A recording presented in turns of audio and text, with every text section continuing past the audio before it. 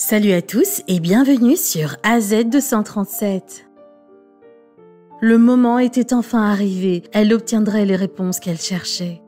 La vérité était si proche. Lynette estima que ce qu'elle avait enduré était quelque chose qu'aucune mère ne devrait jamais avoir à subir. Elle n'avait jamais pensé que cela lui arriverait, elle ne souhaitait cela à personne, pas même à son pire ennemi. Elle arriva à l'aéroport du Connecticut qui était si loin de sa ville natale au Canada. Elle était à l'aéroport et maintenant, elle aurait ses réponses. L'attente avait valu 31 ans. Voici son histoire. Mais avant de commencer, j'aimerais vous rappeler qu'après avoir regardé cette vidéo, vous pouvez faire un tour sur notre chaîne pour découvrir de nombreuses histoires à la fois incroyables, intéressantes et émouvantes.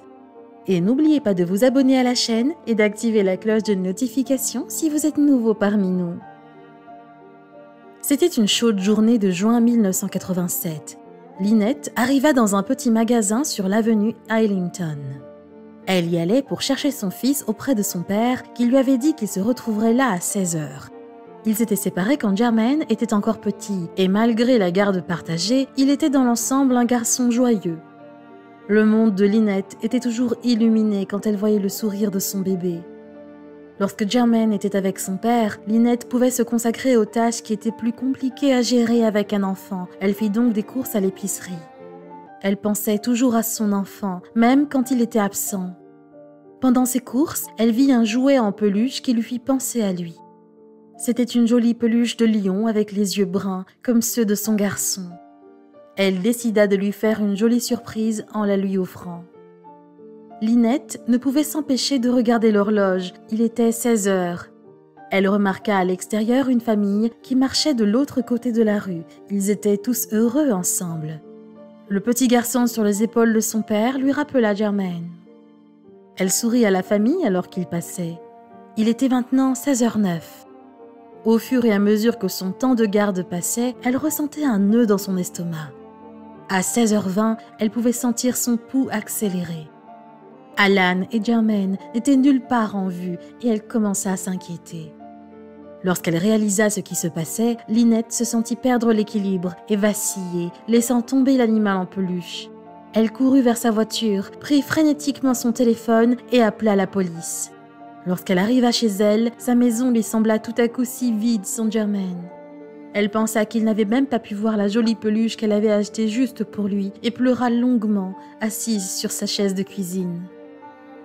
Cela faisait maintenant quelques mois que l'incident avait eu lieu. La police avait fait une recherche approfondie du garçon de Lynette, sans succès. Elle était inconsolable. Le temps passa et Lynette se retrouva assise à pleurer le 25e anniversaire de son fils dans sa maison toute seule. Qu'était-il arrivé? Ne pas savoir aggraver les choses. De nombreuses agences différentes avaient tenté de retrouver Jermaine. La Société des enfants disparus du Canada essayait toujours.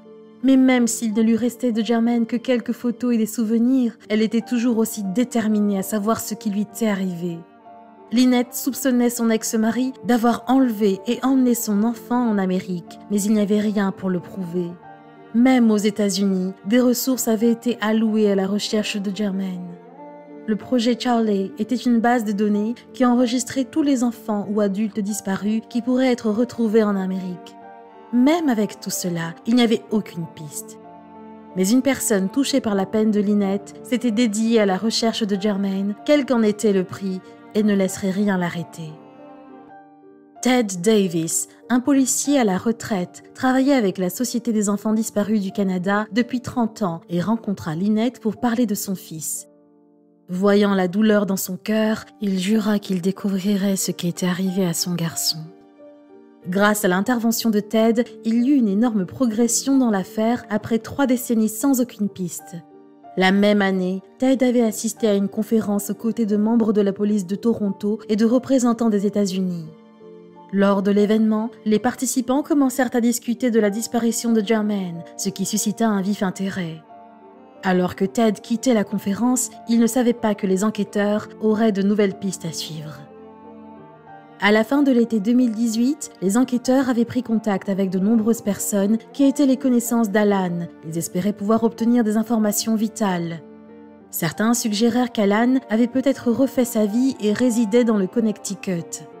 Mais ce n'est qu'après avoir parlé à l'un des amis intimes d'Alan qu'ils trouvèrent un indice crucial qui mènerait finalement la police à Germaine.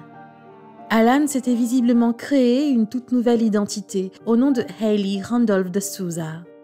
En apprenant cela, la police savait qu'elle était sur le point de découvrir ce qui était arrivé à Germaine. Ils fouillèrent les bases de données officielles ainsi que les médias sociaux et finalement, ils trouvèrent une correspondance. Un homme très âgé et un jeune homme vivant à Vernon, une ville proche de Hartford, la capitale du Connecticut. Serait-ce eux? Si oui, cela signifiait-il que Germaine était en vie? Alors que le mystère était enfin sur le point d'être résolu, les enquêteurs firent appel à des experts légistes pour les aider à mieux éclaircir l'affaire. Ceux-ci examinèrent la photo du permis de conduire enregistrée pour le fils de Souza.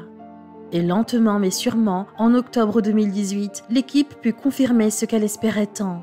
Le fils de Souza et Germaine était assurément une seule et même personne.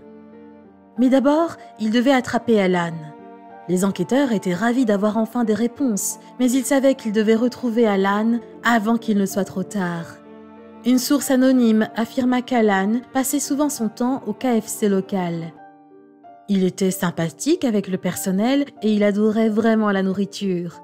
Les enquêteurs se rendirent alors au KFC, prêts à traduire Alan en justice et à lui faire payer pour ses crimes. « C'est la police !» hurla un membre du département de police du Connecticut en entrant dans le restaurant KFC.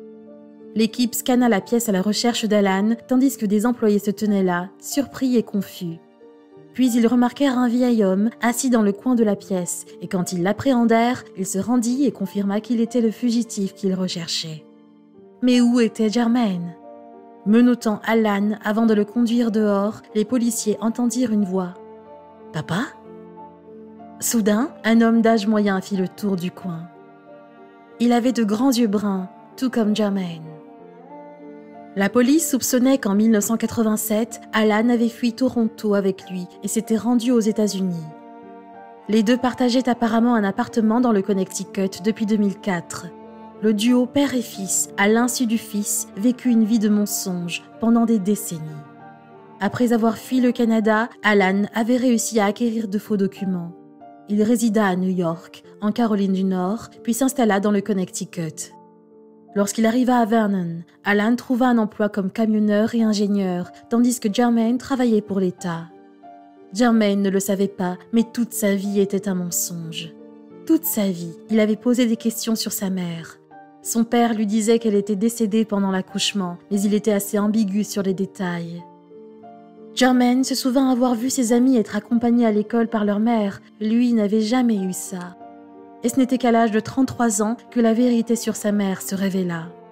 Au tribunal, Germaine pleura devant tous les mensonges révélés de son père. Comment avait-il pu faire une chose pareille? Son cœur s'arrêta lorsque le juge déclara qu'Alan ne ferait pas face à des accusations d'enlèvement. Il serait plutôt extradé au Canada pour faire face à d'autres accusations. Après le tribunal, Germaine était déboussolée. Des milliers de questions lui traversaient l'esprit. Soudain, il réalisa quelque chose. Sa mère était en fait vivante. Ted appela Lynette et lui annonça qu'ils avaient retrouvé son petit garçon. Il était vivant et sain et sauf. Accablée d'émotion, elle s'effondra et éclata en sanglots. Elle attendait ce moment depuis 31 ans. Elle allait revoir son bébé. Les mots ne peuvent pas exprimer ce que j'ai ressenti. Lorsqu'il a dit « Votre fils est vivant, nous l'avons retrouvé », j'ai eu le souffle coupé, déclara-t-elle lors d'une conférence de presse en 2018. La mère, submergée de joie, embarqua dans le premier avion pour le Connecticut. Debout dans le hall de l'aéroport, elle était sur le point de retrouver son fils après 30 ans. Elle ne pouvait pas y croire. À quoi ressemblerait-il ? Soudain, une grande silhouette sombre apparut, marchant vers elle. Elle reconnut instantanément son visage et ses grands yeux bruns. Son cœur s'arrêta. C'était son fils, c'était Germaine. Courant l'un vers l'autre avec des larmes inondant leur visage, ils se prirent dans une étreinte chaleureuse. Tous deux pleuraient et étaient submergés d'émotion. Se serrant l'un contre l'autre, ils avaient tant de choses à se dire. Mais pour l'instant, ils s'embrassaient, refusant de se séparer à nouveau. J'ai pris sa tête entre mes mains. Je voulais me rassurer qu'il était réel, dit-elle en larmes. Je l'ai touché et j'ai dit « Oh mon Dieu, mon bébé !» Bien que Jermaine avait refusé de donner des interviews publiques, Lynette mentionna tout de même qu'il avait fait un commentaire touchant lors de leur rencontre. Il dit qu'il trouvait qu'ils avaient les mêmes yeux.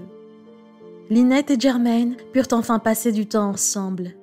Lynette était impatiente d'en savoir plus sur la vie de Jermaine et sur ce qui s'était passé au cours des 31 dernières années. Elle entreprit même de lui préparer un dîner maison et découvrit qu'il était végétarien, mais Jermaine décida de faire une exception. Il dit « Tu sais quoi, maman? Fais cuire le poulet, je veux manger de ta cuisine. » C'est souvent Lynette, comblée. Pour le moment, on ne sait pas si elle déménagera pour se rapprocher de son fils retrouvé. Cependant, l'heureuse mère dit aux journalistes qu'elle ferait tout ce qui était en son pouvoir pour s'assurer qu'ils ne soient plus jamais séparés. Ensuite, elle continua à parler des actions dévastatrices qu'Alan avait menées pendant toutes ces années. « Je pensais juste que c'était triste pour lui d'avoir fait ce qu'il avait fait, avoua Lynette. Un enfant ne devrait jamais être retiré à ses parents quoi qu'il arrive. La mère accepta également le fait que son fils avait une toute autre vie. Je dois tenir compte du fait qu'il était un enfant, il ne savait rien. Donc il n'a pas eu d'autre choix que de vivre avec ce qui lui a été donné. Et donc s'il veut garder le nom qu'il porte en ce moment, je respecterai cela, expliqua-t-elle. Cela dit, elle admit qu'appeler son fils par son nouveau nom pouvait toujours être difficile. Pour moi, mon fils a toujours été Jermaine, alors oui, ça me tient à cœur, dit-elle. L'avocat américain du Connecticut, John Durham, parla de tous les enquêteurs qui avaient travaillé pour ramener Jermaine à la maison. Dans un communiqué officiel de décembre 2018, il déclara « Après avoir enlevé son fils à sa mère, cet accusé aura vécu dans le mensonge pendant les 31 dernières années en violation de nombreuses lois américaines. » Nous remercions les nombreux organismes d'application de la loi aux États-Unis et au Canada qui ont enquêté sur cette affaire, travaillé dur pour appréhender ce fugitif et finalement fourni des réponses à une mère qui a souffert de l'absence de son fils pendant trop longtemps. Et lors d'une conférence de presse, Lynette prit également le temps de remercier particulièrement toutes ces personnes qui n'avaient jamais abandonné la recherche de son garçon disparu. Sa profonde gratitude alla à Tate Davis, qui avait été l'auteur principal de l'élucidation du cas de Jermaine. Elle fit aussi une mention spéciale du MCSC et des autorités des deux côtés de la frontière. De plus, elle espérait que son histoire pourrait inspirer d'autres parents dans sa situation à ne jamais abandonner leur foi. « Je suis la preuve que même après 3 décennies de souffrance, il ne faut jamais abandonner. Mais soyez patients. Soyez forts et croyez que tout est possible et que tout peut arriver. »